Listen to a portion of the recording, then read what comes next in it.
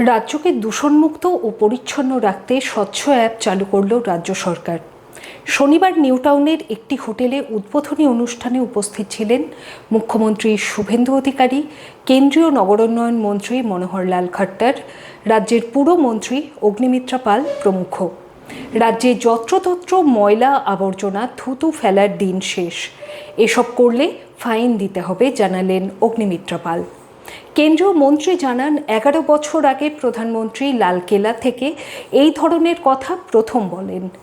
মুখ্যমন্ত্রী স্মরণ করিয়ে দেন পশ্চিমবঙ্গ দেশের কালচারাল ক্যাপিটাল, আধ্যাত্মিক ভূমি, যার নবনির্মাণের জন্য অনেক কাজ করতে হবে। যেখানে সেখানে আবর্জনা ফেলার দিন এবার শেষ। এখন থেকে কোথাও দীর্ঘদিন আবর্জনা জমে থাকতে দেখলেই তা রাজ্য সরকারকে জানাতে পারবে সাধারণ মানুষ। আবর্জনা ও নাগরিক সমস্যার সমাধানের নতুন স্বচ্ছ অ্যাপের সূচনা করলেন মুখ্যমন্ত্রী শুভেন্দু অধিকারী। এই অ্যাপেই আবর্জনার সাফাইয়ের আর্জি জানাতে পারবে সবাই, সমাধানও হবে দ্রুততার সঙ্গে।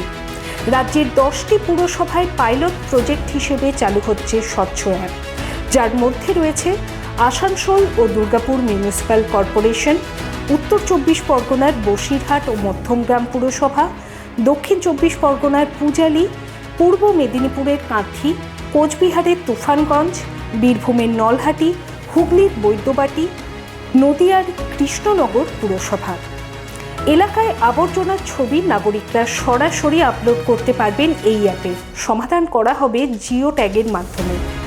সাধারণ মানুষ ছবি তুলে অভিযোগ জানালে পুরসভার আধিকারিকরা দ্রুততার সঙ্গে তার সমাধান করবেন।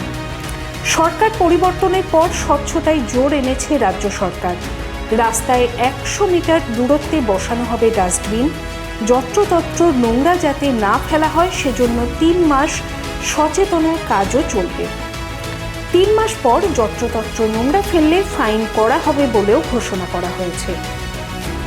आज दुनिया में हम किसी भी बड़े शहर में चले जाएं, चाहे वो हांगकांग है, लंदन है, वाशिंगटन है, सिंगापुर है, दुबई है, all the cities are known for their best management. तो उसी प्रकार की मैनेजमेंट हम अपने बड़े शहरों में अच्छी दिखा सकें, सामान्य शहरों में भी, क्योंकि देश भर में इस समय more than 5000 cities are there. उनमें स्वच्छता का काम अच्छा हो और उसको करने के लिए हमारे डिपार्टमेंट के अधिकारी, कर्मचारी वो सब काम करते हैं। विभिन्न प्रकार के काम हैं, from door to door collection, then it's segregation, processing, और जितने डंप्स हैं बड़े बड़े जो लिगेसी वेस्ट के हैं उनको भी हमको समाप्त करना है। कई बार कलकत्ता की सड़कों से जब निकलते हैं तो यहाँ बहुत बड़े ढेर ये दिखाई देते हैं, लेकिन ये सारा स्वच्छता का अभियान अपने आप में ये डे टू डे की एक्टिविटी है। हर दिन हम गंदगी पैदा भी करते हैं, हर दिन हमको साफ भी करना होता है, लेकिन कितना ही काम कर लें कहीं ना कहीं कमियां भी रहती हैं। उन कमियों को दूर करने के लिए शायद जनता की भागीदारी वो सबसे ज़्यादा महत्वपूर्ण है, क्योंकि सरकारी अधिकारी तो रिपोर्टिंग कर देगा, अच्छा हमने ये कर दिया, ये कर दिया, ये कर दिया, लेकिन उसका सर्वे जब तक जनता के लोग नहीं करेंगे, उनकी नज़र नहीं रहेगी, जो उसको रिपोर्ट नहीं करेंगे, तो उसके बिना हम इसको इस काम को पूरा होते हुए ऐसा नहीं मान सकते काम पूरा हुआ। दैट्स वाई आज ये जो ऐप यहाँ लॉन्च किया गया है, इस ऐप में जनता को, नागरिकों को एक सुविधा दी गई है कि जहाँ भी आप गंदगी देखते हैं वहीं उसका फोटो खींचिए और उस फोटो पर इस ऐप के माध्यम से अपलोड करिए।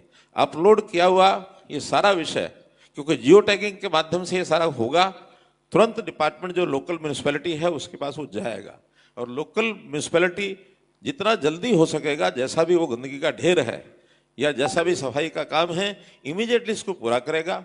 और बिफोर एंड आफ्टर फिर पिक्चर एक और डालेंगे, आफ्टर क्लीनलीनेस उसका क्या स्थिति है।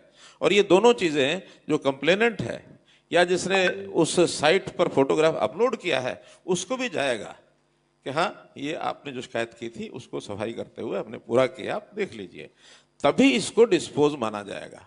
मंत्री जी मुझे फोन किया और बताया ऑनरेबल प्राइम मिनिस्टर का डायरेक्शन है, इस बार बंगाल को खड़ा करना चाहिए, रीबिल्ड करना चाहिए। मैं इसलिए उनको आभार प्रकट करता हूं। और बंगाल के अंदर पावर सेक्टर में और अर्बन डेवलपमेंट में क्या क्या काम कर सकता है भारत सरकार हमारी पश्चिम बंगाल का सरकार का साथ मिलके, वो भी पूरा विस्तार से मेरा साथ 1-1.5 घंटा से बात इस तरीके से इसके ऊपर ही बात हो रहा है। उन्होंने हर डिपार्टमेंट हाउस सेक्टर में सेंट्रल का मदद, कॉस्ट शेयरिंग बेसिस में कुछ काम और किस तरीके से मदद करके बंगाल को खड़ा करने का काम किया जाए, जो हमारी रिस्पेक्टेड प्राइम मिनिस्टर ने उन्होंने बार बार बंगाल आकर बताया। ये बंगाल में जितना भी विकास होना चाहिए था उस तरीके से विकास नहीं हुआ। और साथ साथ आप सबको मालूम है बंगाल देश की कल्चरल कैपिटल है, आध्यात्मिक भूमि है। इसको नवनिर्माण करने के लिए अर्बन डेवलपमेंट मिनिस्ट्री का और पावर सेक्टर में बहुत सारा काम करने का अपॉर्चुनिटी है। वो अपॉर्चुनिटी हम लोग को करना पड़ेगा।